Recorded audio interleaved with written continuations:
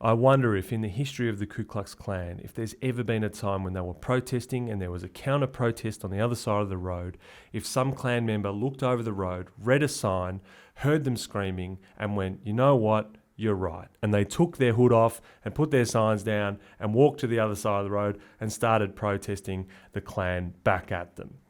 I would hazard a guess and say that's never happened. And yet people have successfully left the Klan before, which is amazing.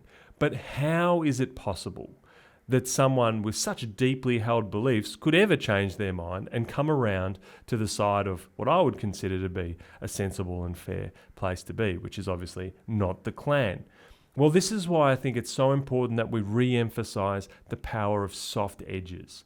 And the soft edges are the small commonalities that allow us a safe spot from which to explore and understand our differences. It's the weird little overlaps and soft spots in our communities where we allow ourselves time and space to connect with people and ideas and communities that we're not a part of, that we don't necessarily agree with, that we don't have a lot of experience with, in order to better understand them and have a better dialogue, and perhaps over time, through our improved understanding and efforts and connection, change their point of view if that's something that we're trying to do, or perhaps understand them better if that's what we're trying to do. And so people might come together around food, for instance, and break bread. Break bread with someone they don't agree with. We agree the bread is good. We agree this food is nice. Then we need to eat. We both enjoy it. So tell me a little bit about what you do. You go to work, you do these things. We have some stuff that's in common, but I think something different to you. Let's have that chat here.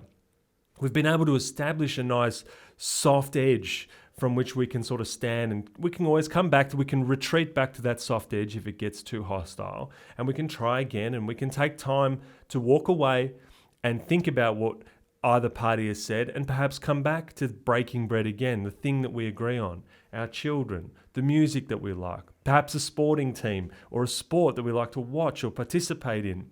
And those soft edges are so important when it comes to bringing people together, to bringing together communities and to improving understanding. No matter what the issue is or what the difference is, the soft edges are what actually move things forward.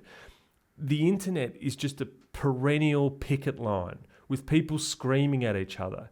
And people will use words like community and tribe when they're describing their social media use. But what the algorithm wants is battalions and platoons, small, tightly held groups of people fighting other tightly held groups of people for any number of single or multiple issues.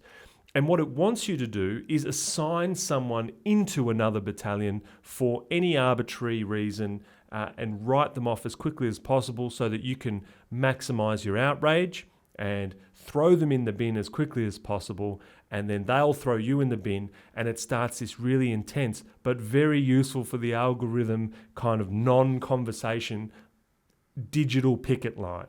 Oh, you're too woke. Oh, you're conservative. Oh, you're phobic of everything. Oh, you're progressive. You're left. You're right. You're a communist. You're a fascist.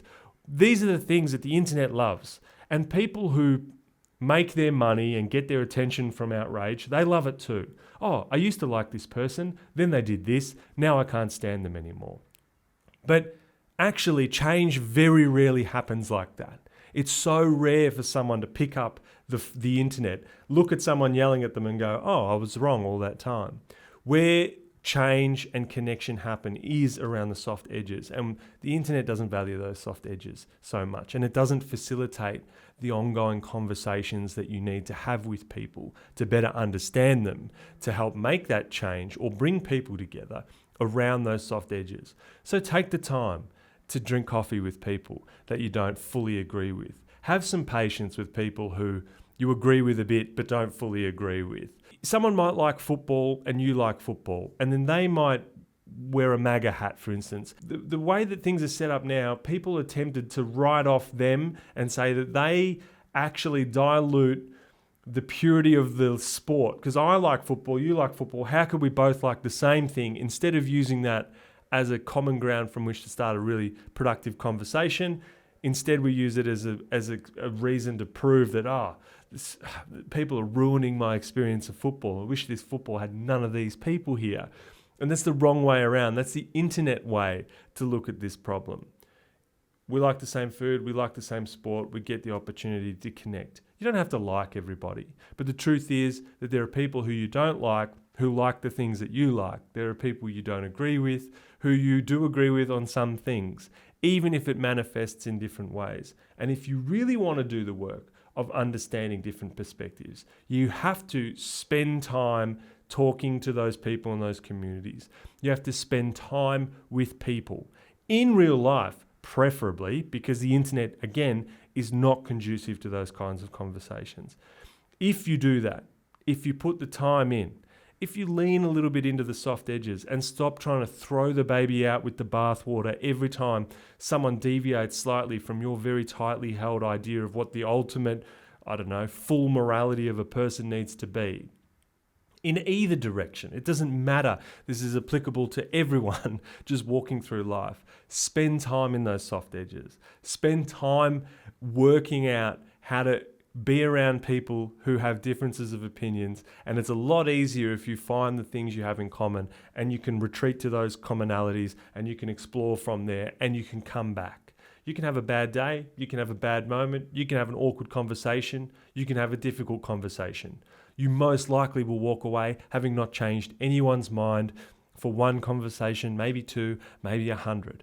But if you ever want the chance to make that difference and have that connection and come together or bring people along or bring people over, you have to spend time in those uncomfortable sometimes, but comfortable around our commonalities type experiences and conversations. And I really want to encourage people to spend more time and to increase the number of soft edges that they have in their lives. We don't need any more intensity, hard line, you're this, these are my facts, this is what I think, you're wrong conversations, if we are truly committed to coming together, making change, and actually improving the world in a meaningful and useful way. So, spend some time in the soft edges, find them, eat, drink, laugh, play, do all the wonderful things, create. These are wonderful things that can bring us together, and they are wonderful places that we can make safe to have those conversations with people. Don't demand that they understand straight away, but be able to retreat to those common areas, to those common spaces. And from there, who knows? Maybe we actually will get a little bit further than just the digital picket lines screaming at each other across the void and making everybody anxious and feel a bit rubbish. Of course, along the way, if you can, just be nice.